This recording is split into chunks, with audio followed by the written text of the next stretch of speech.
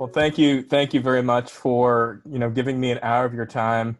I know that things are definitely not what we expected in more ways than this year, and I'm just happy to even share a little bit about my perspective. So, truth be told, when I first was asked to do this talk a few months ago, COVID had not hit, and we were thinking, let's talk through more about data and privacy. So I think that was probably the focus of the talk initially. However, I've pivoted a little bit just to be more relevant due to some of the circumstances. So I'd like to tell you a little bit about myself. I think if, some of the three pillars of my perspective, Google obviously would be a very important one. And I think, what I've learned along the way at Google is just how to measure marketing, how to be efficient with your costs. And, along in my experience, I've talked to some of the biggest businesses, a lot in retail, a lot in automotive around how to think around media, costs, and data. So that's going to be the backbone for our time together. Also, I spent some time at Michigan Ross, and specifically in the Zell Lurie program, which is kind of an entrepreneurship incubator program where I gained perspective around what it's like to be a founder. I've kind of dabbled in startups as well. So I would say I've put my feet into the shoes of a founder, and yet, I couldn't hang. I know it's difficult. I've talked to dozens of different founders in the Midwest, in Israel, Tel Aviv, just around go-to-market strategies and how to think about, starting that business. But I know it's a grind, so I have a lot of respect for our founders out there. And I think the third kind of pillar that really informs how I think about a lot of this would be my involvement in a nonprofit. I live here, for those of you who don't know, in Detroit on the east side. I am not native to Detroit. I'm from California, Bay Area originally, but I came to Detroit, Michigan about 7 years ago. And I think to those who, have some fluency in Detroit, have experience in Detroit, know that Detroit's a very welcoming city. I've found that it's opened its arms to me and really adopted me as one of its own. So just I highlight this third pillar here with Mac Development. It's a nonprofit that focuses on kind of the efforts that we have in the 48214 zip code. But I highlight this experience because it's a way that I still feel that I engage with startup, a way to kind of lead a staff, seek capital, how to pivot during different times. And I'll be drawing on all three of these experiences today as I go throughout my talk. So before we get started, I think it's important to establish kind of just the three things that we'll cover today. The first would be the need for speed. So what's your website's first impression? First impressions are everything. It's for, in dating, it's everything. When it comes to business, it's everything. So what's the first impression that you're leaving? And secondly, how well should you know your customer? And I think this is a kind of a double-edged question in a way. Obviously, you want to know your customer as well as you can, but due to some of the privacy laws, there are some new guidelines around how to think about this question. So we'll dig into that a little bit. And then third will be really where we dive into the data privacy element. So how acquainted are you with data privacy? Look, I get it. As a founder, you've got 1,001 things on your plate every single day. And now I'm just throwing one more at you. And you're like, oh, Scott, don't add that to my plate. I think our goal here for this third point is just to understand some of the landscape and maybe some of the questions to ask yourself as a founder if you want to dig in further, just to make sure that you've got a good understanding of the climate. So the need for speed. And some of this, I think I want to take us back to 2006 just to think about what was going on at that time. So we're going to rewind the clock just a tad. This is when, Pluto got canceled as a planet, kind of got kicked out. Seems like so long ago now. Taylor Swift had her debut album. I know, crazy, right? And the phones looked like this back in the day. So definitely not the sleek, iPhones that we have now. And YouTube was acquired by Google for $1.6 billion, which at the time seemed like a ton of money. But now it looks like a complete steal. And I think, one other thing that was happening at the same time was just how people thought about e-commerce. And there's this quotation from a Walmart executive, a CMO, who said that Amazon is meaningless to us. You know, Walmart generates over $300 billion in revenue a year compared to Amazon's $10 billion. With online accounting for less than 1% of revenue, Walmart can treat cyberspace as a marketing tool. Now, I don't mean to critique words, you know, it's always 2020 hindsight. But I think this just really underscores kind of how quickly things can change. And for a lot of you who are founders, you're exactly attempting to do what Jeff Bezos did, is just to disrupt an entire industry. And I think this is also very telling too, because it just shows just how we think about business nowadays and how our priorities change. I mean, even in the last few months, we've seen how much our priority has changed. So some of you might have heard this already. I won't spend too much time on it, but you know, if you had to take the average attention span of a goldfish, I think you might guess it's probably not very long, right? It's around 9 seconds. And you know, if I were to ask you, well, in 2000, in the 2000s, 2006, during that time period, what was the attention span of a human? And it was around 12 seconds. Well, right now, if you were to guess the attention span of a human, it's 6 seconds. So 3 seconds less than even a goldfish.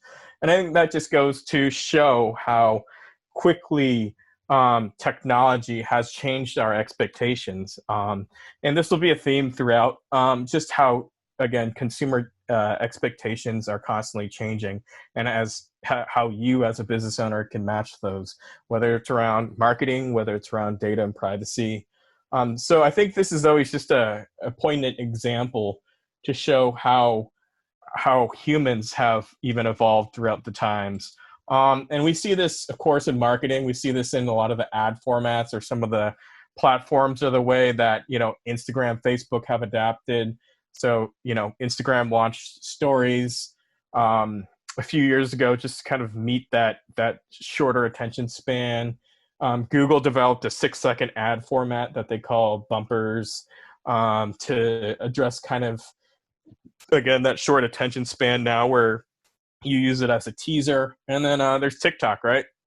I mean, I don't have TikTok personally, but my wife does, and I think it's hilarious. So it's probably just a matter of time before I get TikTok. And it's just, you know, TikTok was an iteration of Vine. So I think all these products just have in common just the desire to quickly meet consumer interests. And this is something to think about as a business owner. So when we look at the user journey, this is those on the, you know, the user is just this generic word for anyone on the internet, or just, yeah, basically anyone who could potentially be a customer. There are three facets that really stand out in terms of how you can give your users a great experience, and we'll touch on all three today. But first, it's just fast. You know, again, it's all about speed. There's a need for speed.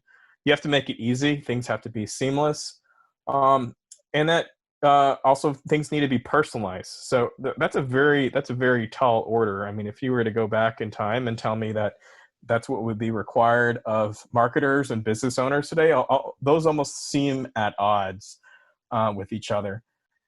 I think here, let me hit you with a few stats just to kind of show you the importance of that first point around speed. So some of you, again, might know this, but more than half of all visitors will abandon your mobile website if it takes longer than 3 seconds to load.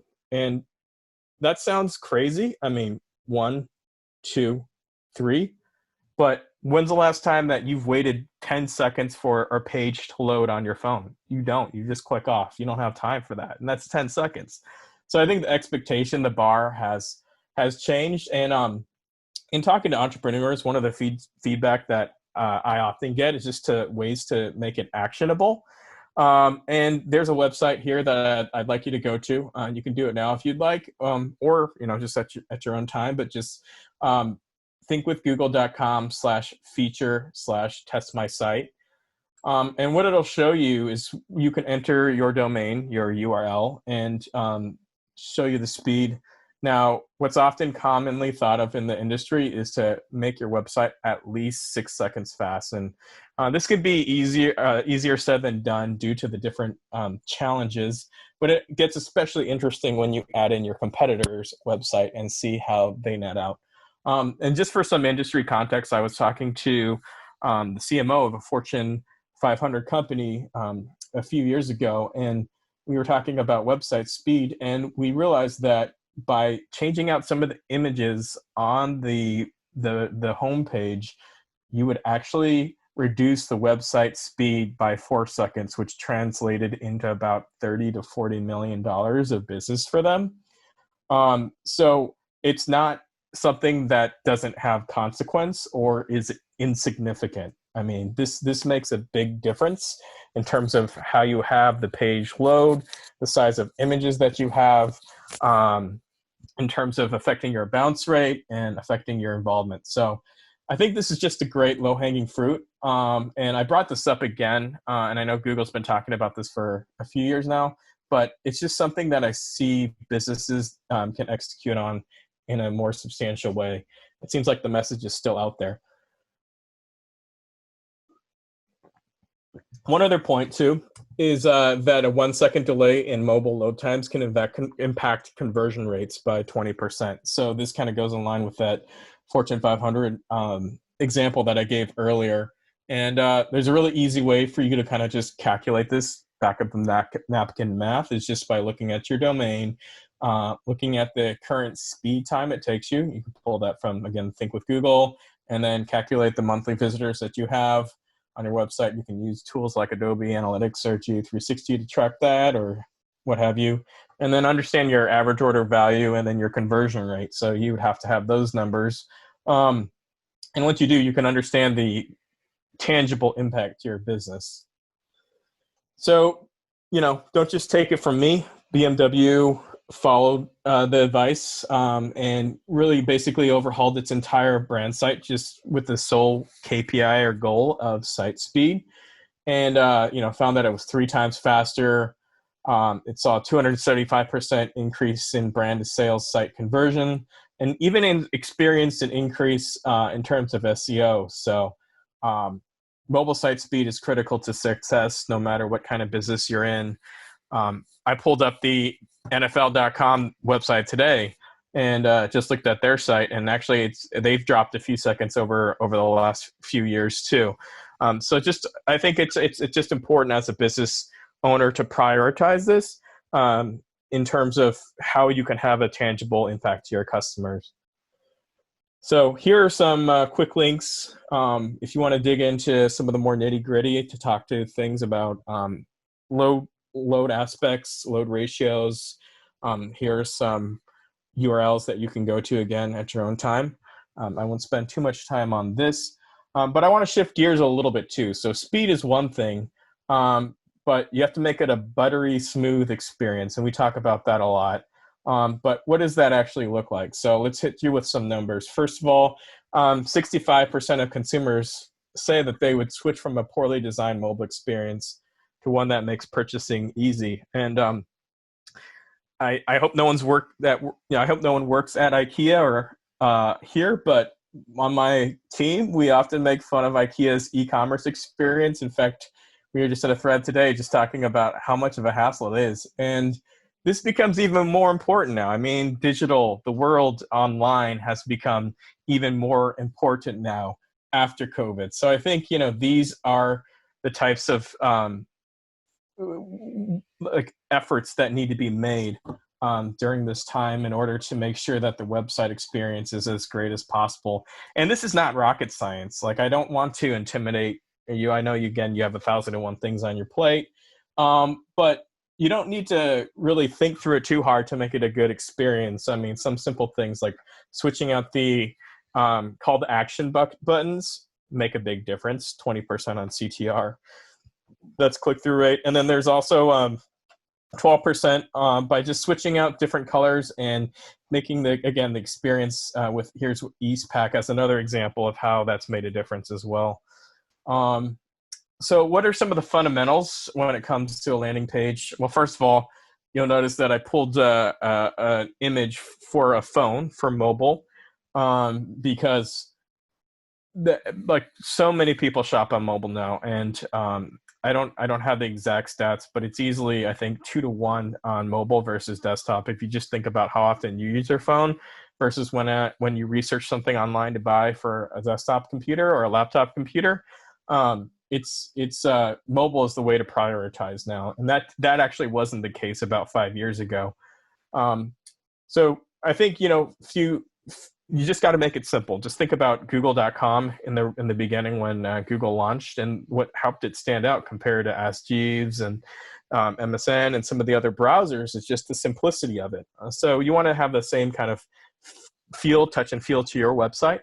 I also think you can look at other websites and see how they do it. Go to Ford.com and pull that up and see what some of the best practices that they use and adopt that. So you don't have to reinvent the wheel here. You can kind of just borrow and steal from some others in the business, where I'm sure they pay, consultants millions of dollars to come in and advise on UI, but you can just kind of grab a few of the low-hanging fruit and just understand some of the simple call to actions. So value proposition, no distraction, simple call to action button, main services, and always have something a little bit below the fold, kind of tease them to scroll down if you want them to investigate further.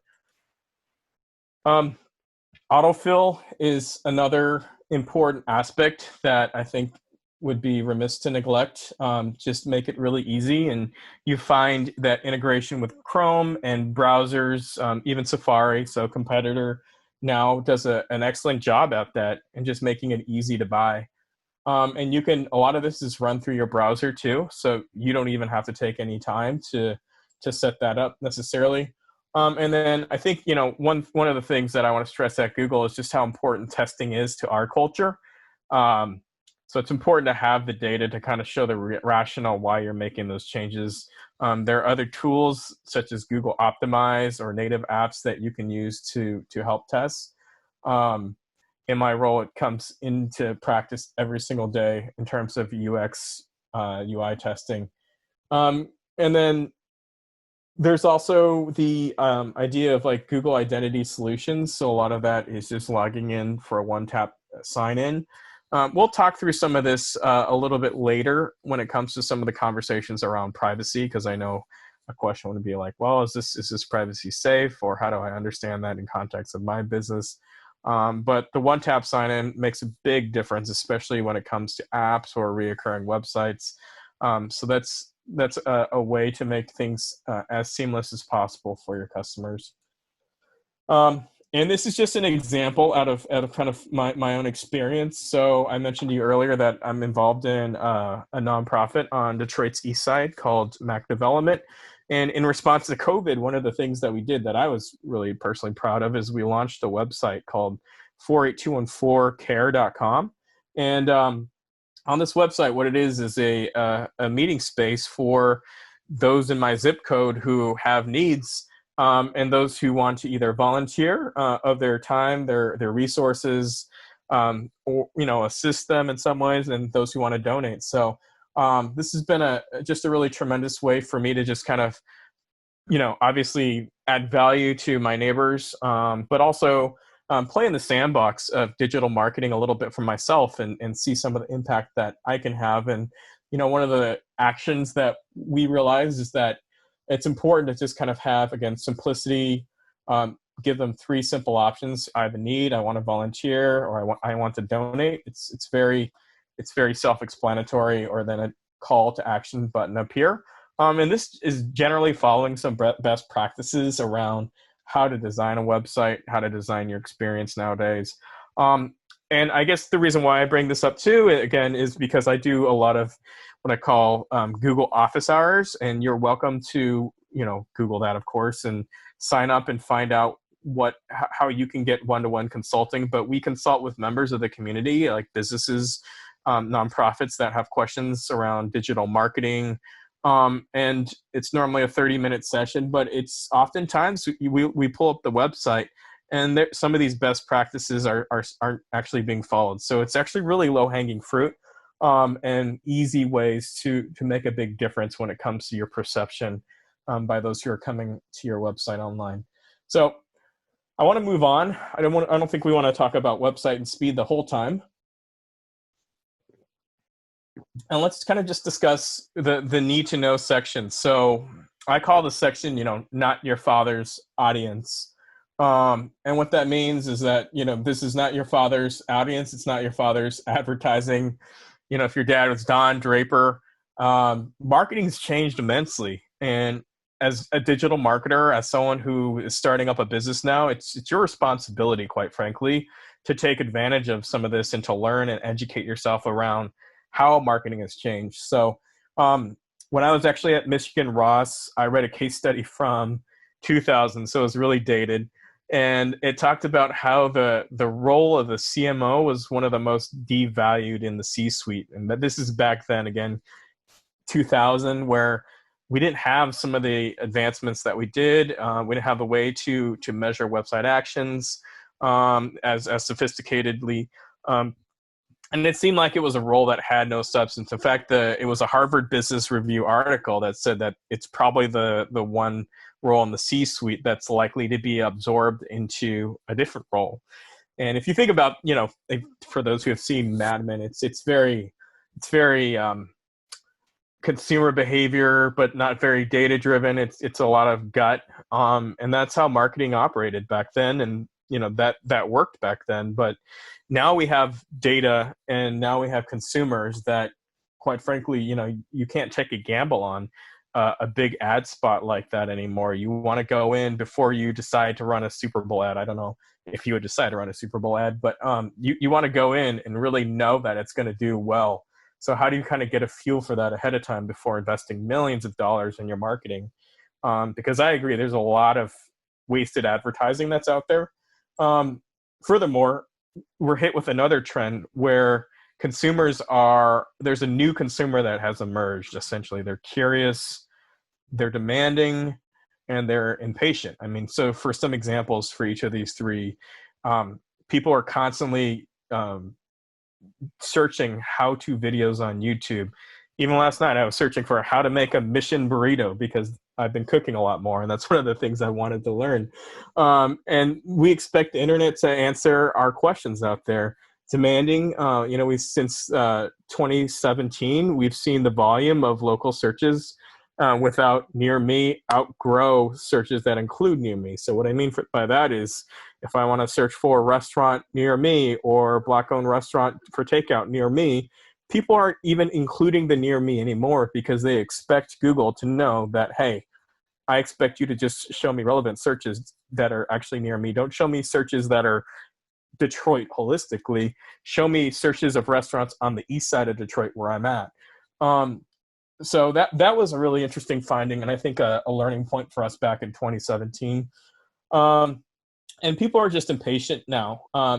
Same day shipping searches have doubled in the past 2 years, thanks Amazon, but they've really set a high bar around what we should expect, what consumers expect during this time. So again, some stats, we've seen 7x the amount of data available since 2010. And 89%, a lot of that is because 89%, call it 90% of millennials own 3+ devices. I mean, just think about how many devices you have, whether it's TV, tablet, laptop, cell phone.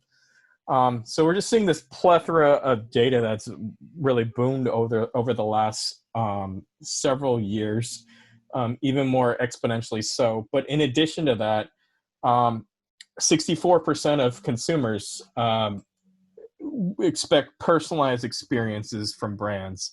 So what that means is that, they want to know that you get them. And that's a huge responsibility. So let me dig in a layer deeper and actually give you some COVID trends that we've seen in light of coronavirus.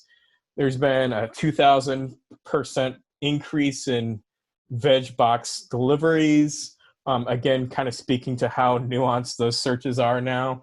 200% greeting cards online, 60% best savings online, 300% with free delivery. And I think the point is, if you aren't able to speak to some of these searches, if you aren't able to capture this traffic, then your competitors are. It's so cutthroat out there from a business standpoint. So it's important to stay on the pulse of a lot of these different trends. Secondly, we've seen a new relationship to like consumption and spend in light of COVID. So again, this data is from March to May, so really kind of the heart of a lot of what we're experiencing. There's a 600% increase in search volume for things like, fashion, online shopping, again, gift cards online. People are expecting discounts, and people are shopping, not shopping. People are searching through Google Maps now, which is interesting as well. It's more location based, and I think they expect deals around them. So that's just another interesting trend to be aware of recently, and affordable too. So I think oftentimes, as a marketer, your world can feel like this. As a founder, it's like there's just so much, again, 7x in the data since 2010. People are searching for so many things. Like, how do you possibly make sense of this? How do you collate this and understand it and aggregate it in a way where the data is reliable?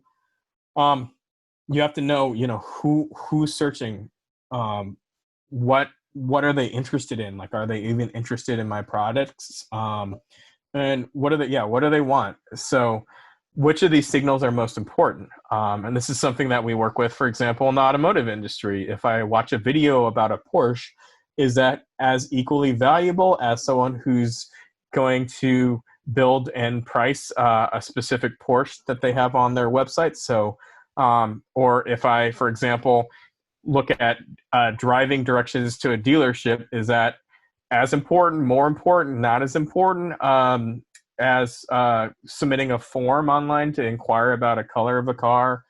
And there are, a million ways to answer this question. And I think it can be overwhelming, is what I'm trying to say. So let's take a step back and just kind of understand, okay, so there's a lot of data out there. Here's where Google comes into play and is really able to help sort of sift through some of the confusion.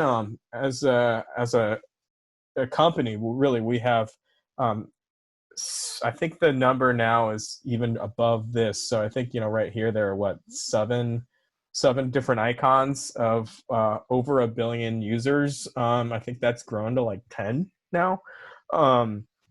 And so we have 7 different platforms with over 1 billion users, and all of our platforms speak to each other in a data privacy safe way, which gives you as a marketer the ability to kind of leverage machine learning and advanced algorithms. And I think, in doing so, you're able to take these various signals that come across. So maybe different website actions, such as I was describing before, when it comes to the automotive industry, and you can assess which ones are important to you, and then you can start to segment those. And all that's done through the assistant of Google in many different ways. So again, here's just a snapshot of someone's average day, right? Like just driving directions or flight location or Google Assistant, or maybe you're using Google Maps, and all these data points come into play to give you kind of more of a comprehensive view of what your consumer is interested in, who they are, what some of their motivations might be. So I think, one of the important points of this section to take away is that you, as a business owner, sit on an amazing repository of that data. You, of course, have a responsibility to treat that data with respect. And you have a lot of what we call first-party data that is a way that you can understand your customers. So what I mean by that, and forgive me for getting a little technical here, but that would be, through customer match, the data that you would have that is aggregated and hashed. You can then either reach out to your customers again who've been on your website through remarketing or similar audiences. These are audiences that are built off of your first party data.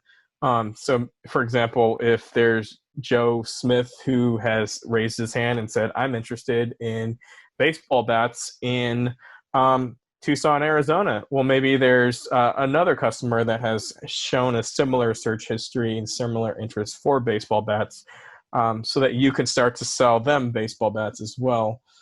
And then you can use Google Audiences, and we'll talk about this a little bit more in the subsequent slides, and predictive machine learning that powers Google Audiences to grow your customer base. So with first-party data, you can then kind of reflect on who's bought your product before, and then Google Audiences will tell you other ways to seek out similar audiences or similar customers who've shown those same signals. You can customize your audience list to hone in on the specific audience segments. And then kind of undergirding all of this would be automation, where you can use things like auto bidding and audience expansion to increase your reach while maintaining performance. So these are a lot of, I realize that these are a lot of marketing buzzwords that can leave us paralyzed. And you're like, okay, guys, I'm grappling with a way to make this relevant for me. Scott, I think here's what I want to focus on is that there are ways to think about different customer audiences, either by demographic, which is pretty self-explanatory, age, gender, parental status, income, things like that. Now, there's interests and habits.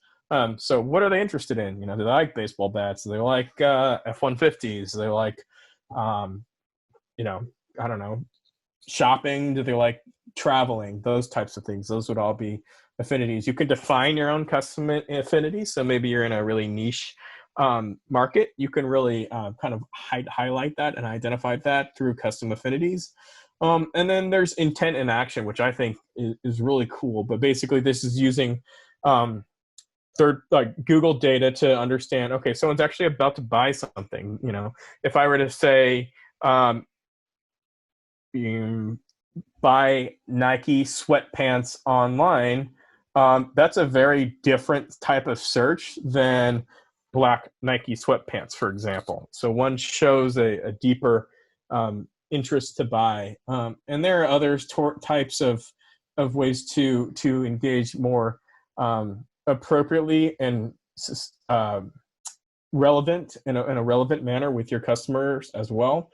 Life events, did they just get married? Did they just purchase a house? We have data on all that too. So it's a way that you can also kind of speak to those customers.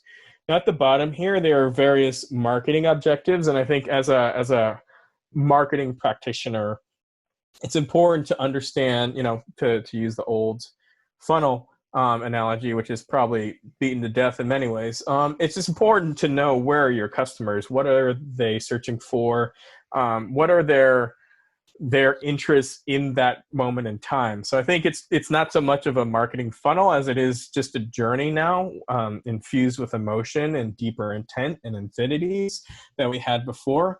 But you can understand a lot of that through Google Audiences and your own audiences as well. So I guess if you were to sell vases, for example, online, could you tell me maybe the top websites that someone would visit in addition to your website? Or could you tell me some of their other interests? Could you be able to paint a profile of this person outside of demographics? So obviously maybe, I'm searching for a vase. I'll make some gross assumptions here, but maybe I'm female, 25 to 54. Could you tell me anything else other than that about other interests that I might have? What TV shows I like to watch? Am I going to buy tomorrow or am I going to buy next year? Like, those are very different questions. And I think these are the ways that we need to really get intimate with our customers and understand who they are. And we can do all that in a safe manner through data. So just to kind of sum up from very broad strokes, and I'm not going to lie to you or pretend that Google's the only one that does this. There, in fact, are dozens of companies. Facebook does this really well too. I don't. I mean, obviously, I'd love for you to work with Google more closely, but this is just good knowledge to have if you are thinking about a go-to-market strategy for Facebook. These are good questions to ask yourself if you just want to get involved in marketing and be more efficient. Because here's how it boils down, right? You've got $1,000 for your marketing budget for, let's call it this month. And you need to know, where do I spend it? How do I spend it? Who's interesting to me? And if you don't have any of this data, if you're not deep in the weeds, but if you can't answer some of these basic questions, then you're going to be wasting a lot of that on, again, you're selling vases. You're going to be selling that on 18-year-old males that would never even touch a vase. So you just want to be savvy. And you just want to know that these types of audiences are out there. So maybe you work through an agency, an advertising agency. You can have a more sophisticated conversation with them around some of these things. Ask the questions. Can we understand who's about to buy our product in the next week versus like a few months from now? And these are just some screenshots, some really quick walkthroughs. Again, I try to make it as practical as possible, but also at the end of the day, like, you're going to just be better off with your own time on a YouTube video, just Googling, how do I set up a Google audience? And they'll cover it much more in depth than I can. Don't take it from me again. We've worked with different customers. Here's another one, Allstate, for example. So insurance agency, they understood that, hey, if I can really be smart about the data that we have as Allstate, we can start to understand and cut a lot of the marketing waste. So, you've got different platforms. Fortunately, Google and YouTube and, Google Display and other platforms, Gmail, for example, they all talk to each other, so that you're not hitting the same customer more than once if you want to, from an advertising standpoint. But we saw a lot of efficiencies that came by just helping them acquire new customers.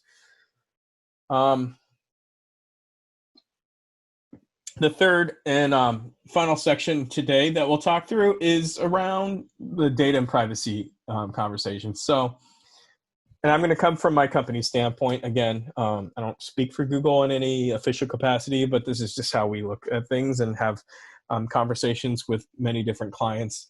But our mission is to organize the world's information and make it universally accessible and useful to all people. So pretty broad, but I think it's a really cool mission. I think it's very relevant, and it's had to change and evolve over time too. A lot of that is due to user demand for privacy, users as they've gotten smarter around cookies and how they're being tracked through the internet, have asked some really hard questions. And I think it's great that we are asking more of our internet companies, that we are reclaiming a lot of our data. So we've seen some regulation changes around GDPR and CCPA. And in response, a lot of browsers like Firefox, Safari have had to adapt and change the way that they measure and they track people across the internet. This is not a conversation that's done, one and done. In fact, it's still evolving. I think in 2021, the landscape could be completely different when it comes to data and privacy. But, to talk through two new regulations, GDPR and CCPA, they've passed in the last year. And we'll get more in depth around what they mean. So I'm throwing some acronyms at you here. But we've seen across the world how many global markets have had to have different privacy laws in place. Brazil, Japan, Korea, Australia, and others are expecting them soon. India, Pakistan, to name just a few. So the industry holistically and globally is pivoting towards advertising that is driven by user choice and consent. Users should be able to govern and give permission as to how sites and apps use their data. So I promise you, I explained some of the acronyms. GDPR is originated in Europe. We call it EMEA. Stands for General Data Protection Regulation.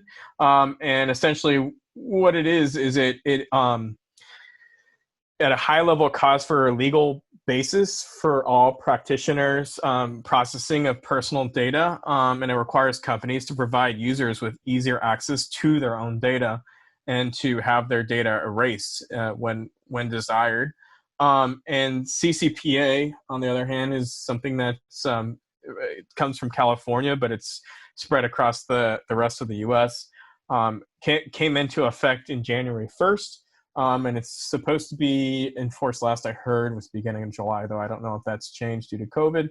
And it stipulates that a business cannot sell information about a consumer in a commercial context unless the consumer has received explicit notice and had a chance to opt out, which is exactly what should have happened, I would say, years ago. So these are kind of the two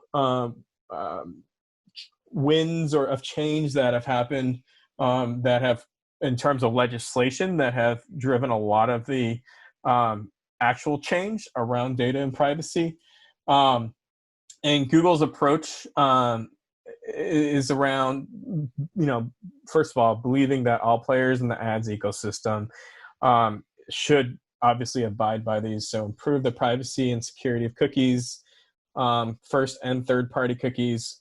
So generally, a lot of this is wiped out third-party cookies, which is a term of you being able to track others from not even your own data that you have as an advertiser. And it's also really kind of eliminated a lot of the non-transparent tracking methods, such as fingerprinting. Again, I can talk about this for a long time, but I just kind of wanted to just give you the high level, what do they call them? Just data bullet points, just so that you have a rough understanding of how this would impact you. And then, phase out third-party cookies when available. And then also making sure that there are protections against other tracking alternatives, again, fingerprinting that I've mentioned. Chrome specifically is working with the web community to come up with new ways to combat fingerprinting. And one idea is of having a privacy budget, which actually would cap the total amount of data that developers can collect. So I think we're also seeing some other trends driven by the ecosystem changes. So marketers and publishers have a greater responsibility to protect their users. I think that's non-negotiable. New industry standards will surface governing what levels of transparency and control should exist for their ads. So this could be a completely different conversation in a year. I know hearing that can be a little intimidating as a business owner trying to make decisions for now and also the future. And I think one of the trends that we're seeing, though, that will stick would be the shift from third-party data to first-party data.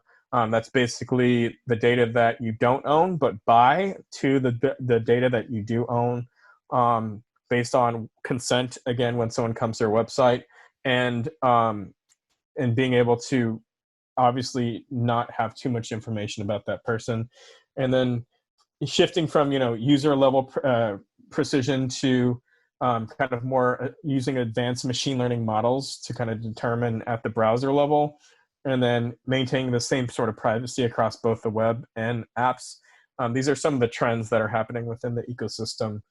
So I guess taking a step back and asking, okay, so what's happening within this ecosystem? How do I, as a business owner, think about this, especially in light of what you mentioned earlier about these audiences?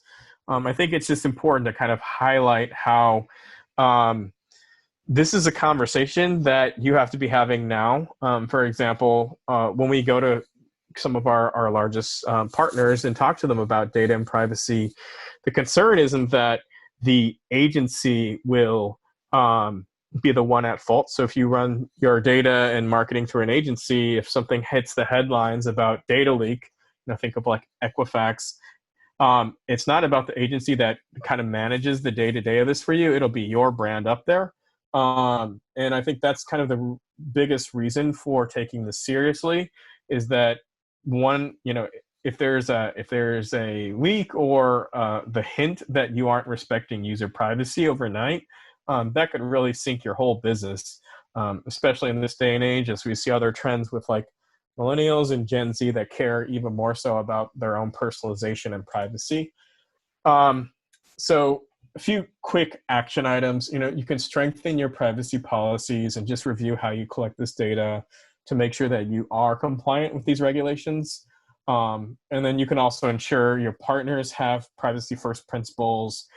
So, if you work through an agency or if you're hiring an agency, it's worth it to just kind of ask them how they're thinking about some of these things. Like, what are you doing in compliance of CCPA or GDPR? Or, how do you handle third-party cookies is a good question to ask. And, ensure on your end, this kind of dovetails with my previous section, is just make sure that you have a comprehensive first-party data solution to be able to measure effectively, and work with trusted vendors. I mean, obviously, Google will not have a business if they do not comply with some of the highest standards. So this is very relevant and important in our world, where people are constantly trusting us with their search behavior, their location data, and we give them the ability to shut all that off too in a way if they want. But it's just important just to make sure that you, as you're a retailer, as a business owner, can speak to this as well. And then finally, just investing at scale tools and platforms. So little Google plug here is that, we have Google Marketing Platform and other tools like GA360, Google Analytics, that is, and Google Ads to measure your website performance. And then also just understand how the first party data flows and how you're exactly measuring that. So I think just sort of recap our time together. There are three things that we covered today. First would be, the need for speed. What's the first impression that you're leaving? Second would be around need to know, how well do you know your customers? Sort of think of not your father's audience or not your father's customer anymore.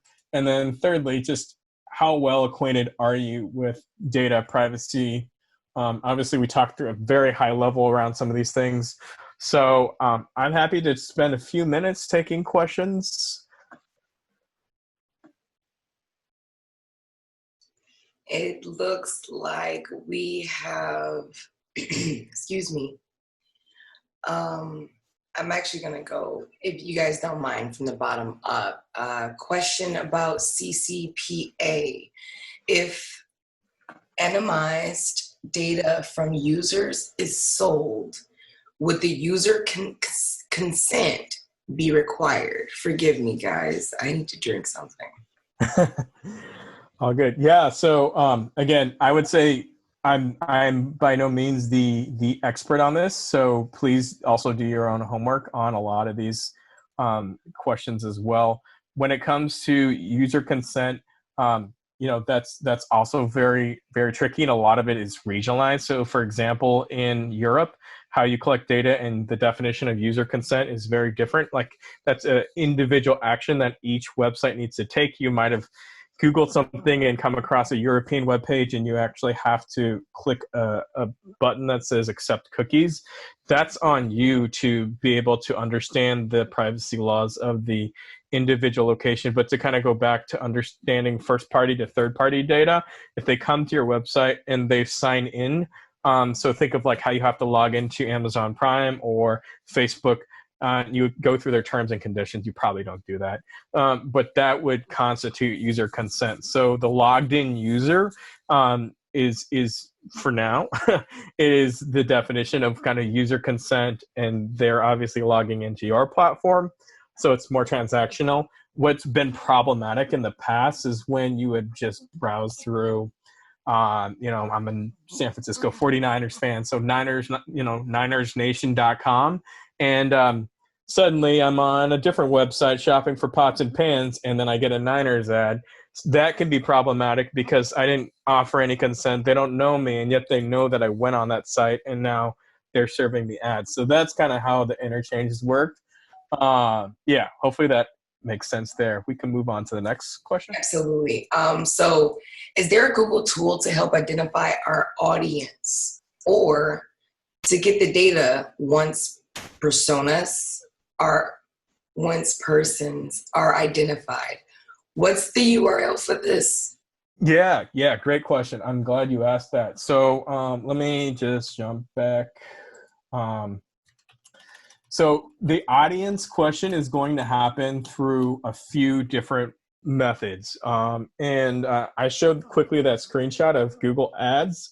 That will be one way that you can not only identify different audiences, but you can also start to bid to them. And you would just go under the shared library and search for Audience Manager or just Google Audience Manager in Google Ads. And that should pull up a pretty comprehensive walkthrough around how you can go into Google Ads and understand your audiences.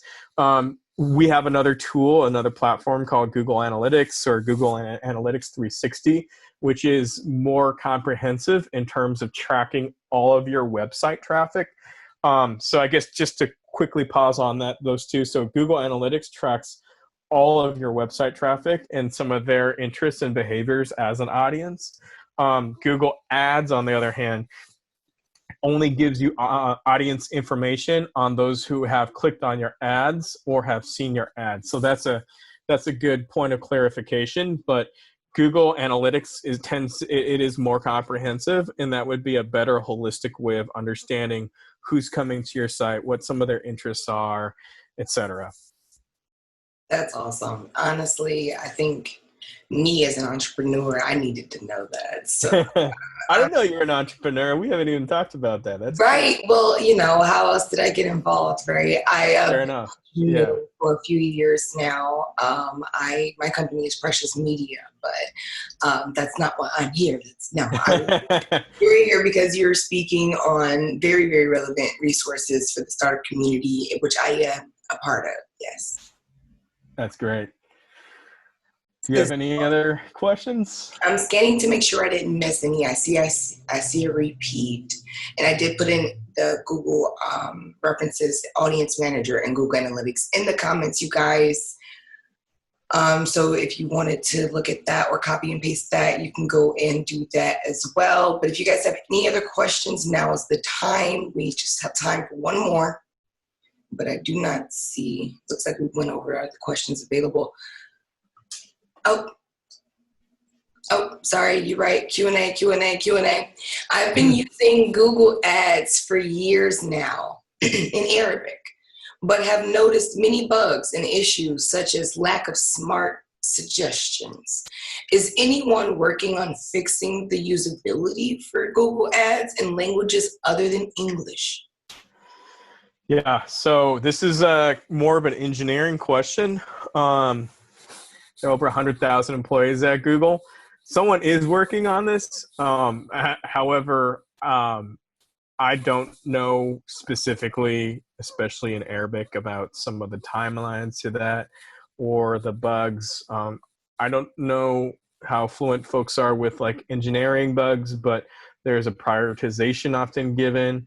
There's a ranking, and sometimes it's difficult to be able to kind of figure out how to prioritize some of the different issues. So valid question for sure.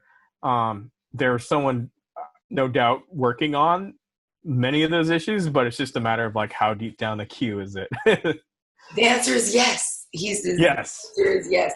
And I did see that. I did kind of look over because this is a very, very good question. A very wonderful way to end off. So Scott, I know you mentioned that you are a part of our local Google team, and you also mentioned that there is a way to get in touch with our local Google team. I see that someone wants to know, how do we request to speak with you, Scott, via Google? So I should have put this up, but I'm trying to pull it up on my browser here. There is a googleofficehours.com. Yay!